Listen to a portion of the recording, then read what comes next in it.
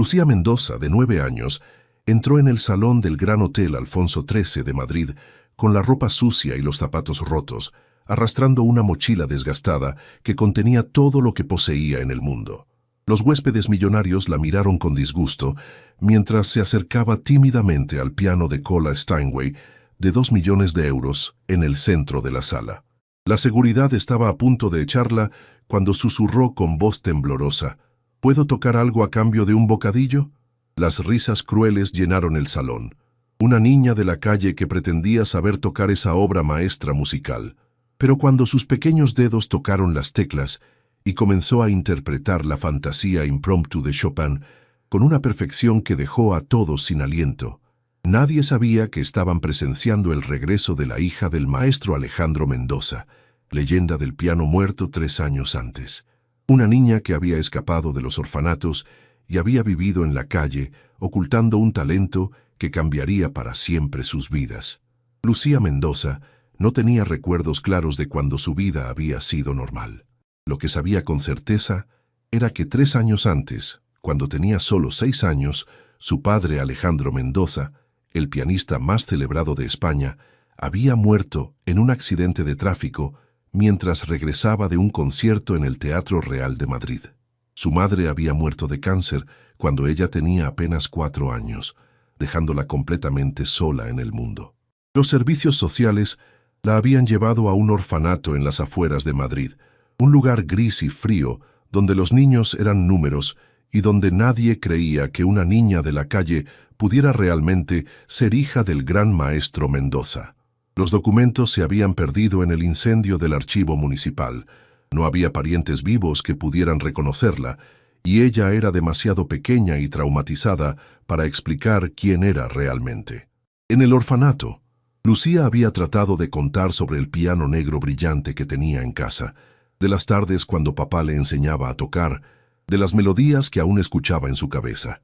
Pero los responsables pensaban que eran fantasías de una niña traumatizada que se inventaba una vida mejor para soportar la realidad del abandono. A los 8 años, Lucía había escapado del orfanato por primera vez. No soportaba más los gritos de los otros niños, la comida mala, la total ausencia de música. Fue recuperada y devuelta 3 veces, pero en la 4ª fuga logró desaparecer completamente en el laberinto de las calles madrileñas, volviéndose invisible entre los sin techo y los niños olvidados que sobrevivían en los márgenes de la capital. Durante un año entero había vivido arreglándoselas como podía, durmiendo en las estaciones del metro cuando hacía frío, pidiendo limosna frente a las iglesias, rebuscando en los contenedores detrás de los restaurantes para encontrar restos de comida. Pero la música nunca la había abandonado. Cada vez que veía un piano, en centros comerciales, en hoteles, en conservatorios, sentía sus dedos hormiguear, como si quisieran recordar lo que significaba crear belleza. La noche antes de su encuentro con el destino en el Gran Hotel Alfonso XIII, Lucía había dormido en un banco del Parque del Retiro. Era noviembre, hacía frío, y no había comido en 2 días. Había oído hablar de la fiesta benéfica que se celebraría en el hotel, un evento para recaudar fondos para niños desfavorecidos. La ironía no se le escapaba. Ella era exactamente el tipo de niña para la que estaban recaudando dinero, pero nadie la reconocería. Se había acercado al hotel con la única esperanza de pedir un poco de comida, pero cuando entró en el salón principal y vio el magnífico piano en el centro de la sala, algo dentro de ella despertó. Era idéntico al que su padre tocaba durante los ensayos en casa, el mismo modelo Steinway & Sons que había acariciado miles de veces de pequeña. Los huéspedes llevaban todos smoking y vestidos de noche, joyas que brillaban bajo las lámparas de cristal, conversaciones sofisticadas en diferentes idiomas. Ella era una mancha sucia en medio de tanta elegancia, pero no podía apartar los ojos del piano. Era como ver a un viejo amigo después de años de separación. La seguridad del hotel ya se estaba moviendo para acompañarla fuera cuando Lucía encontró el valor para hacer la pregunta que le cambiaría la vida. Su voz era apenas un susurro, pero en el elegante salón resonó como un grito. ¿Puedo tocar algo a cambio de un bocadillo? Las risas que siguieron fueron crueles. Una niña de la calle que pretendía saber tocar un instrumento de 2 millones de euros. Era ridículo, patético, casi ofensivo para los huéspedes sofisticados que estaban allí por la beneficencia, pero no querían lidiar directamente con la pobreza que teóricamente estaban ayudando. Pero Marco Ruiz, famoso manager musical y organizador del evento, tuvo una idea. ¿Por qué no dejar que la niña se pusiera en ridículo delante de todos? Sería un momento divertido, una anécdota que contar en los aperitivos de los próximos meses. Hizo un gesto a los guardias de seguridad para que se detuvieran y anunció en voz alta: «Bien, pequeña, muéstranos lo que sabes hacer, pero si es solo ruido te vas inmediatamente». Lucía se acercó al piano con el corazón latiendo tan fuerte que lo sentía en los oídos. Sus manos estaban sucias, las uñas sin cortar desde hacía semanas, la ropa que olía a calle y desesperación. Pero cuando se sentó en el taburete y sus dedos rozaron las teclas, todo cambió. La primera nota de la fantasía impromptu de Chopin resonó en el salón con una pureza cristalina que hizo callar instantáneamente toda conversación. Las risas se apagaron, las sonrisas sarcásticas se transformaron en expresiones de incredulidad. Lucía no solo estaba tocando las notas, las estaba viviendo. Cada pasaje técnico ejecutado con una perfección que incluso los pianistas profesionales presentes reconocieron como extraordinaria. Pero lo que dejó a todos sin aliento no era solo la técnica impecable de una niña de 9 años.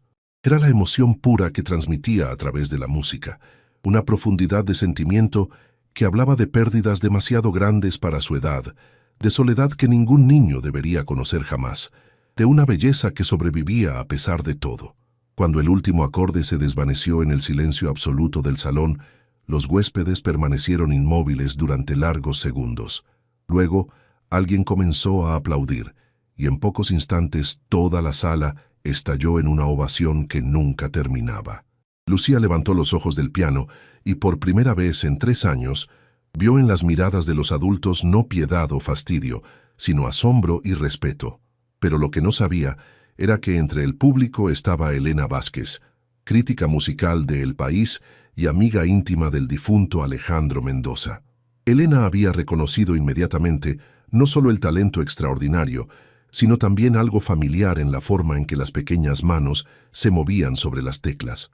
Era el mismo toque delicado pero poderoso que había visto miles de veces cuando Alejandro tocaba. Y cuando Lucía levantó el rostro, Elena vio en los ojos de la niña la misma mirada intensa y melancólica de su viejo amigo.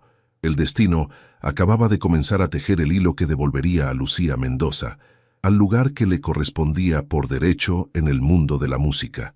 Pero primero tenía que enfrentar la verdad sobre quién era realmente y qué había pasado con su familia. Elena Vázquez permaneció sentada en su mesa mucho tiempo después de que los otros huéspedes hubieran dejado el salón, observando a Lucía, que había sido acompañada a una suite del hotel por el propio director, aún conmocionado por la actuación que había presenciado. La crítica musical había cubierto la carrera de Alejandro Mendoza durante más de 20 años. Había visto nacer y crecer a su hija. Había llorado en su funeral cuando fue dada por muerta junto al padre. Esa noche Elena no pudo dormir. Siguió reviviendo los gestos de Lucía al piano, la forma en que inclinaba la cabeza al enfrentar los pasajes más difíciles, la técnica particular de pedal que Alejandro había desarrollado y que ninguna otra escuela enseñaba. No podían ser coincidencias. Pero ¿cómo era posible que la hija del maestro más famoso de España viviera en la calle durante 3 años sin que nadie se diera cuenta? La mañana siguiente, Elena comenzó sus investigaciones.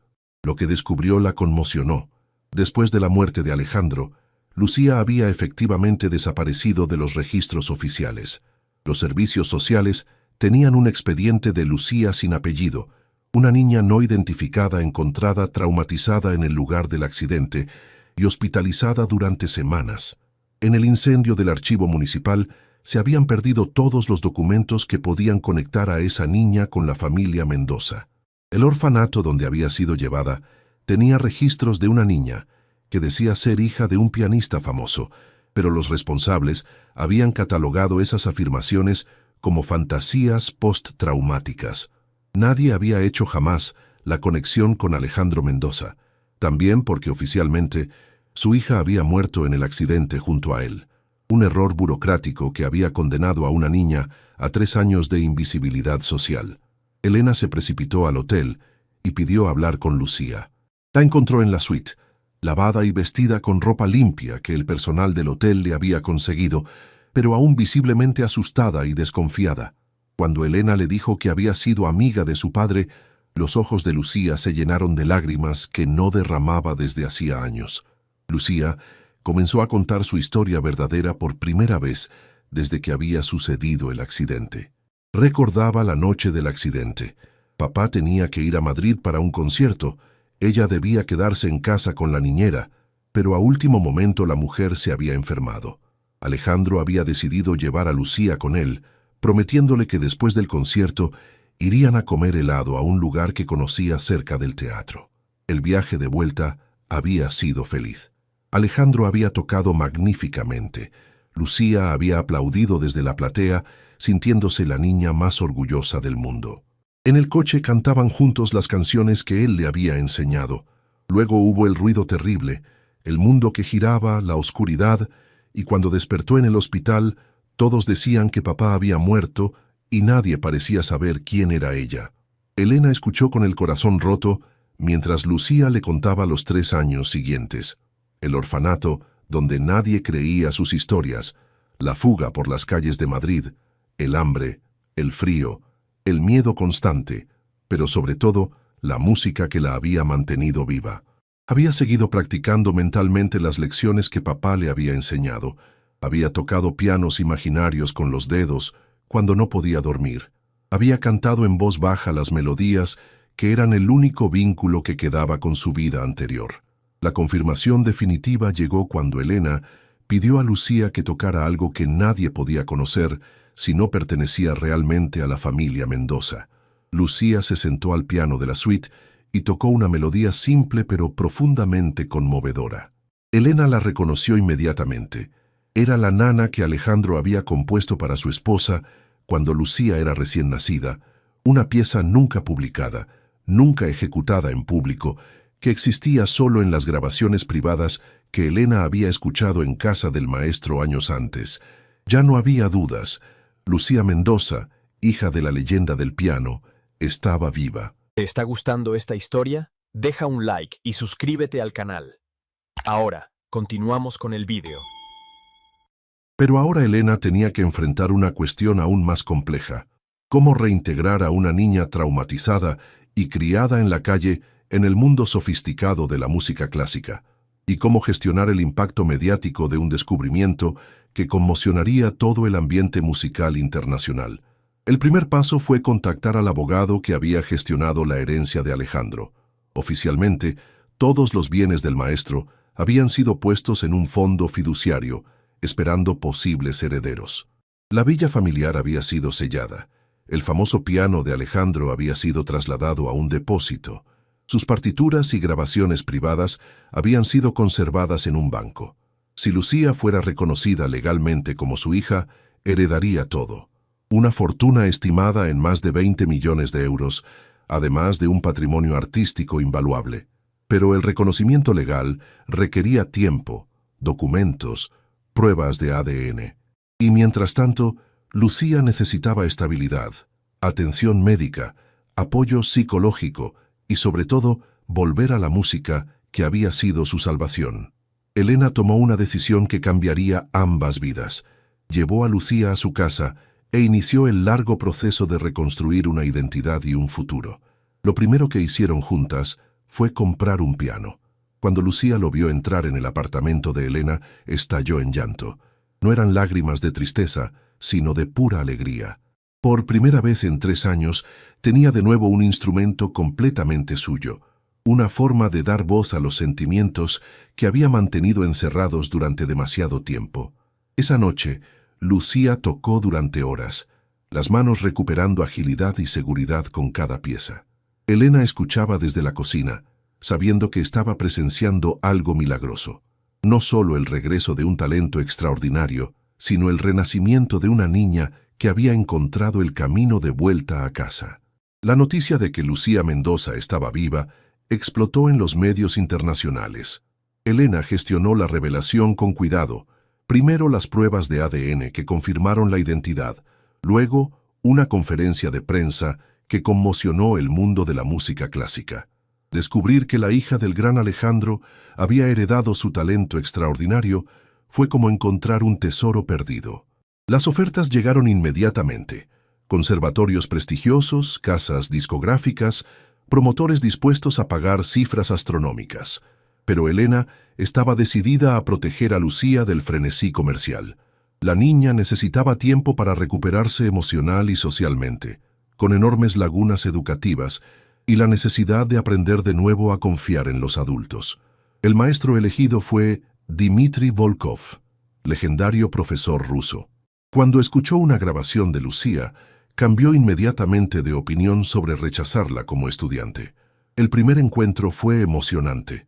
Después de escuchar tocar a la niña, le dijo que en 60 años nunca había oído un talento tan puro, pero sería necesario un trabajo enorme para reconstruir la técnica. La villa familiar fue reabierta. Lucía entró después de 3 años con alegría y dolor. Todo había permanecido igual, pero ahora era el hogar donde volver a soñar. El primer concierto público después de 6 meses fue un recital íntimo, que incluía piezas del padre y la nana dedicada a los padres desaparecidos. La actuación fue un triunfo que la transformó de niña asustada en joven artista capaz de honrar la memoria paterna. 2 años después de su redescubrimiento, Lucía tenía que equilibrar la fama mundial con la necesidad de desarrollar su propia identidad artística. Comenzó a componer melodías personales que mezclaban la elegancia clásica heredada del padre, con influencias modernas derivadas de sus experiencias callejeras. El punto de inflexión llegó con un concierto benéfico para los niños de la calle de Madrid. Lucía interrumpió la actuación para contar su historia con una madurez sorprendente, hablando del miedo y el hambre, pero también de cómo la música la había salvado. El concierto recaudó más de 2 millones de euros para construir 3 centros de acogida. Lucía decidió entonces encontrarse con los niños del orfanato del que había escapado. Organizó un concierto para ellos, llevó instrumentos musicales y sobre todo su testimonio de esperanza. Con los fondos recaudados, financió programas de búsqueda familiar más precisos y cursos artísticos, transformando el lugar de su sufrimiento en oportunidades para otros. A los 14 años, Lucía se había convertido en símbolo de resistencia y voz de los olvidados. Había desarrollado su propio estilo único, manteniendo vivo el legado paterno. Su primera composición importante fue Calles de Memoria, una suite que contaba musicalmente su viaje desde la pérdida hasta el renacimiento, ejecutada en estreno en el Teatro Real de Madrid. El proyecto más ambicioso fue la Escuela Alejandro Mendoza, un conservatorio para niños de situaciones difíciles. Lucía hizo personalmente las audiciones en orfanatos y centros de acogida, buscando esa chispa emocional que había reconocido en sí misma. Después de 2 años, la orquesta juvenil de la escuela ganó concursos nacionales, pero el verdadero éxito se medía en las vidas cambiadas. En su 18º cumpleaños, Lucía celebró con un concierto donde todos sus estudiantes tocaron juntos. Agradeció a Elena, a Dmitri y a sus chicos, pero dedicó el momento más importante a la memoria del padre, diciendo que cada nota tocada era una forma de mantenerlo vivo y agradecerle el don que la había salvado. 10 años después de esa noche en el Gran Hotel Alfonso XIII, Lucía Mendoza tenía 25 años y era reconocida como una de las músicas más influyentes de su generación, pero su impacto iba mucho más allá de la técnica pianística o las composiciones aclamadas por la crítica. Había demostrado que el arte podía ser una fuerza de cambio social, que el talento podía nacer en cualquier lugar y que la compasión era tan importante como la competencia. La Escuela Alejandro Mendoza se había convertido en un modelo internacional. Delegaciones de todo el mundo venían a estudiar su método de enseñanza, que combinaba excelencia artística con inclusión social. Muchos de sus primeros estudiantes eran ahora músicos profesionales. Algunos habían creado sus propias escuelas siguiendo su ejemplo. Otros trabajaban como terapeutas musicales o educadores especializados. Elena, ya de 60 años, continuaba siendo la mánager y figura materna de Lucía. pero con un papel cada vez más de consejera que de protectora. Lucía había aprendido a navegar sola en el mundo complejo de la música profesional, manteniendo siempre los valores que la habían guiado desde la infancia. Dimitri, ya de 80 años, se había retirado de la enseñanza activa, pero seguía siendo el consejero artístico más confiable de Lucía. El proyecto más ambicioso de Lucía para celebrar el 10º aniversario de su renacimiento fue un concierto mundial transmitido en streaming, donde cientos de sus ex estudiantes tocaron simultáneamente desde 50 ciudades diferentes. Era un tributo a la música como lenguaje universal, pero también una demostración de cómo una idea nacida de la desesperación podía crecer hasta tocar vidas en todo el mundo. Durante el concierto, Lucía contó una vez más su historia, pero ahora con la perspectiva de la madurez. Habló de cómo el dolor podía convertirse en compasión, de cómo la pérdida podía enseñar el valor de lo que se tiene, de cómo la música podía ser no solo entretenimiento, sino medicina para el alma. Su voz era firme, segura, la de una mujer que había transformado la tragedia personal en misión universal. Pero el momento más emocionante fue cuando abrió el piano que había pertenecido a su padre y que ahora guardaba en su estudio privado. Tocó la nana que Alejandro había compuesto para su esposa, la misma que había convencido a Elena de su verdadera identidad años antes. Pero esta vez no era un recuerdo melancólico, era una celebración del amor que continúa más allá de la muerte, de la música que conecta a las generaciones, del talento que se transmite no solo a través de los genes, sino a través de los valores. Al final del concierto, Lucía anunció su proyecto más ambicioso, una fundación internacional que crearía escuelas de música para niños desfavorecidos en todo el mundo.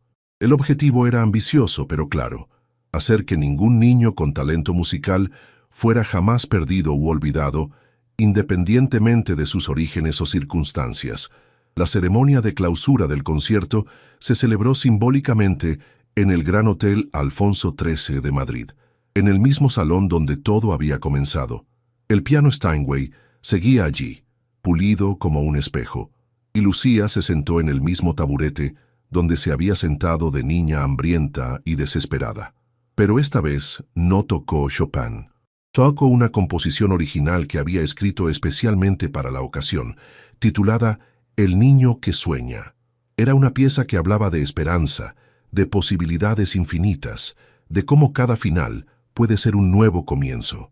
La melodía era lo suficientemente simple para que incluso un principiante pudiera tocarla, pero lo suficientemente profunda para conmover a los músicos más experimentados.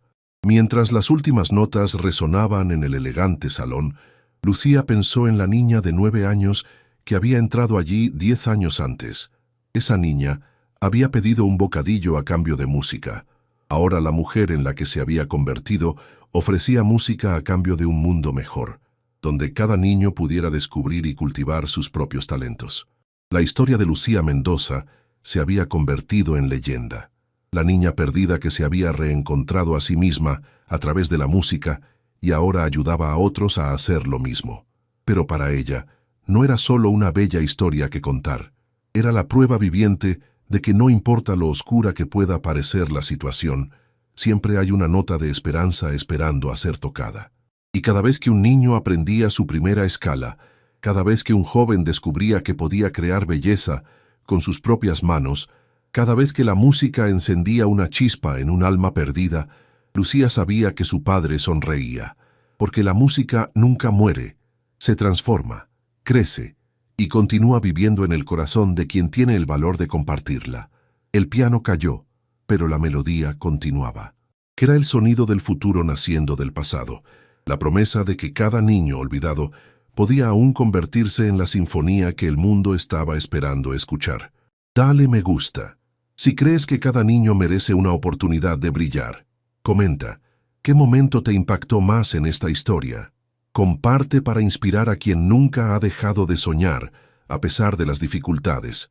Suscríbete para más historias de talentos ocultos y segundas oportunidades. A veces los diamantes más preciosos se encuentran en los lugares más impensables. A veces basta una nota justa para cambiar una vida para siempre. Y a veces la música es el único lenguaje que puede sanar un corazón roto, porque cada niño que sueña es una sinfonía que espera ser escrita.